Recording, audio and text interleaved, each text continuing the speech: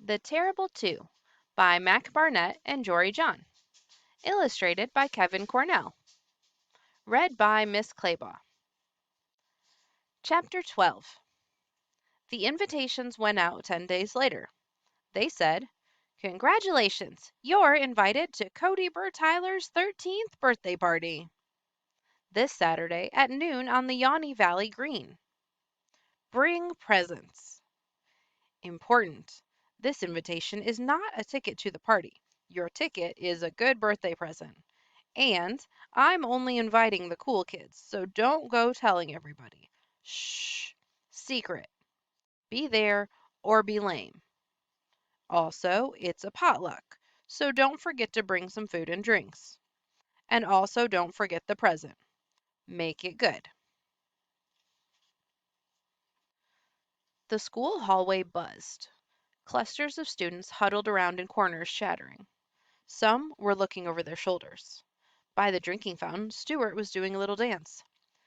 "Did anybody else get an invitation from Cody Burr Tyler?" 14 students said shh at once. Two girls were giggling near Miles's locker. He heard the shorter one say, "Yeah, I think he's the quarterback at St. Perpetua. He plays the electric guitar." The taller one said, "Yeah, Cody Burr Tyler is so cute." Miles smirked.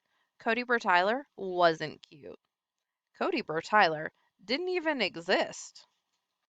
This morning was the culmination of more than a week's worth of planning that had taken up 6 full pages in Miles Murphy's pranking notebook. It was Miles's greatest achievement. Forget a car on some steps. Miles had invented an entire person, Cody Burr Tyler, who'd be throwing the greatest birthday party Yawny Valley had ever seen. He'd made up the invitations, only 10 because, and this was the masterstroke, you only needed 10, as long as you made the party a secret. Already, kids were inviting one another. The invitations had only been circulating for 11 minutes, and this party was the social event of the season. At the party, Miles would reveal that there was no Cody Burr Tyler, that the whole school had been pranked. And then, and this was the other masterstroke, he'd leave with all the presents everyone had bought. And everyone at Yawny Valley Science and Letters Academy would know that Miles Murphy was the greatest prankster the school had ever seen.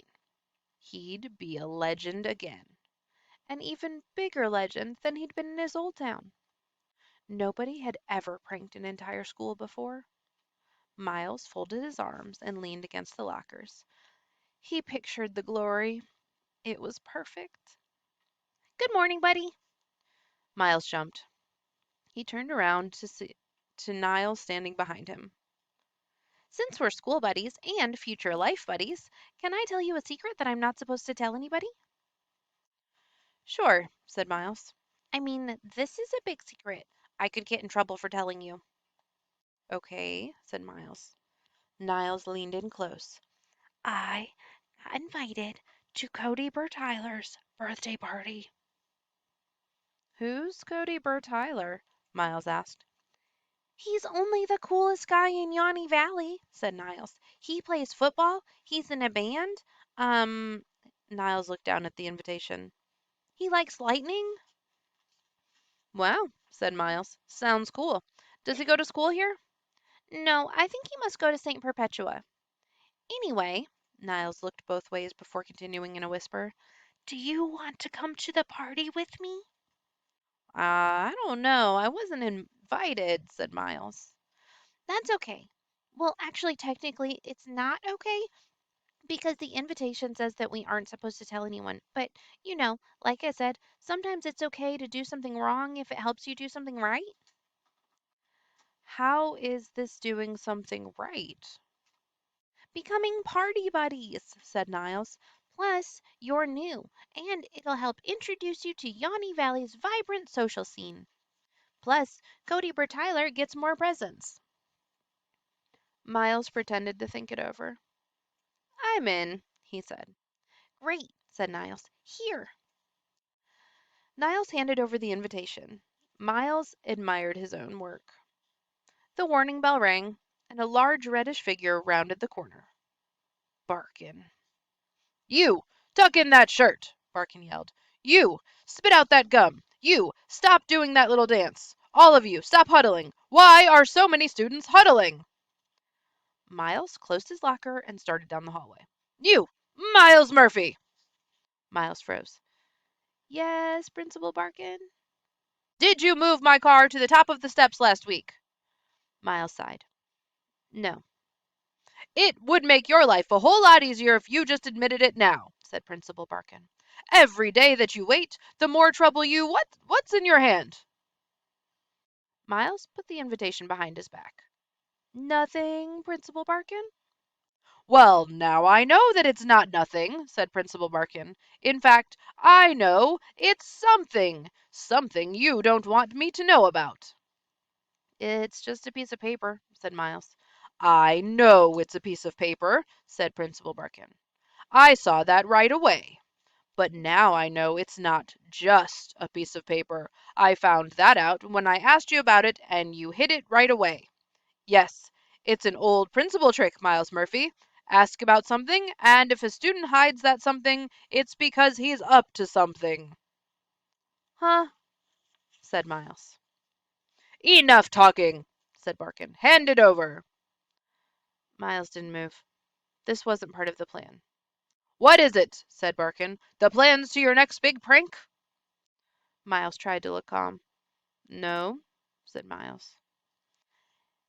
"Principal Barkin," said Niles, "it's just a party invitation." "A party invitation?" Principal Barkin's nostrils flared. Niles put his hand over his mouth and directed a loud whisper towards Miles. "It's fine. Show it to him." Miles had no choice now. He gave up the invitation. Principal Barkin slowly put on a pair of reading glasses and peered at the paper. "Interesting. Very interesting. Cody Bertyler, eh?" He snapped his gaze back to Miles. "Well, well, well," he said. "Well, well, well." Barkin folded the invitation and put it in his shirt pocket. "Well." "Well?" said Miles. Principal Barkin stared at Miles for 4 whole seconds. Then he pointed to a sign on the wall. It said, "Principal Barkin says get to class." Miles exhaled. He turned, feeling flustered, and walked down the hallway in the wrong direction. Niles called after him. "No, it's this way, Miles. We need to go this way." Miles turned around and followed Niles towards room 22. "Miles!" Principal Barkin shouted after him. "Remember, I'm on to you." Barkin pointed at another sign on the wall.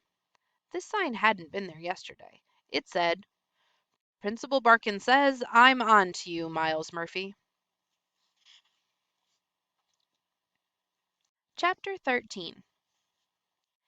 It was incredible.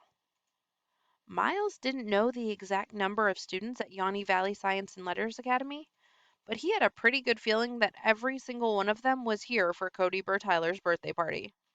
The town square was packed with kids. 2 hours earlier, the place had been empty. Miles had arrived at 11 a.m., pulling a wagon behind him. He'd parked the wagon next to a picnic table next to the gazebo. On the table, he'd taped a sign that said, "Food and drinks here." Then he'd taped another piece of paper to the wagon. "Gifts here." Finally, he lifted the finishing touch from the wagon. A cake he'd made himself from scratch with pink frosting and "Happy Birthday Cody Bertyler" written in fancy green lettering. If Miles was going to prank everyone, it was only right to provide good cake. Then Miles had left. He didn't want to be the first one at Cody Bertyler's birthday party. That definitely wouldn't be cool. Now Miles had returned and walked past a picnic table overflowing with food. Brownies, chips, dip, cookies frosted pink and white with little sugar sprinkles on top of them. Past 3, nope, make that 4 coolers full of soda and ice cream sandwiches. Past his red wagon. now filled with a tall stack of presents in colorful wrapping paper. There were red presents, blue presents, and presents with balloons on the paper, which, to be honest, were a little babyish for Cody Bertyler. Some boxes were flat, some were round. One was pretty clearly a telescope. A telescope! I bought that one, Stuart said, pointing with both hands toward a small gift that seemed to be crawling away. Aw, man, Stuart said, running after the box. Stay! Miles made a mental note to leave Stuart's present in a pasture somewhere. He placed his gift, an empty shoebox in silver paper, on the wagon and grabbed a slice of cake. Two seventh-grade boys were standing by a platter of chimichangas. "Have you said hi to Cody Bertyler yet?" said the one wearing the red hat. "Yeah," said the one not wearing any hat because he worried that he didn't look good in hats. "I waved to him when I got here. I don't know if you saw me. A bunch of guys were playing Three Flies Up, and Cody Bertyler was the permanent flyer." "Oh, that's cool. When I saw him, he was telling this really funny joke about pizza. We did our secret handshake, and then he said he'd talk to me later." "Cool. You know, I think he did see me when I waved." Miles grinned. Secret handshakes. Three flies up. They were doing his work for him. Holly Rash was leaning against a tree. Miles walked up to her. "Hey," said Miles. "Hey," said Holly. "Look out for that cake. It's really dry." "What?" said Miles. "I think it tastes good." "You're crazy. That cake is terrible." "Maybe you just got a bad piece. Here, have a bite of mine." "Never again," Holly said. "This is probably the worst cake I've ever eaten. Did you see that lettering? It looked like it said birthday." "It says birthday." "That cake is an embarrassment." "Forget about the cake," said Miles. "What do you think of this party? Pretty great, right?" "Eh, it's all right. To be honest, I was expecting more from Cody Bertyler. I mean, I've never heard of the guy, but everybody talks about him like he's Cary Grant meets Marlon Brando meets Paul Newman." "Who are they?" Miles asked. Holly sighed. "Old movie stars." "And they all met?" said Miles. Holly sighed again. "What's a bird day?" Stuart shouted from over by the picnic table. "This party really needs something to liven it up," said Holly.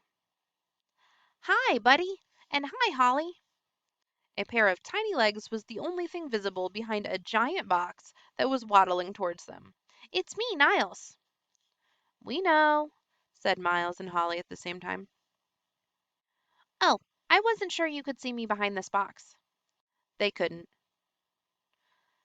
"That's some gift there, Niles," said Holly. "Thanks. I hope I didn't go overboard. To be honest, it's not entirely safe.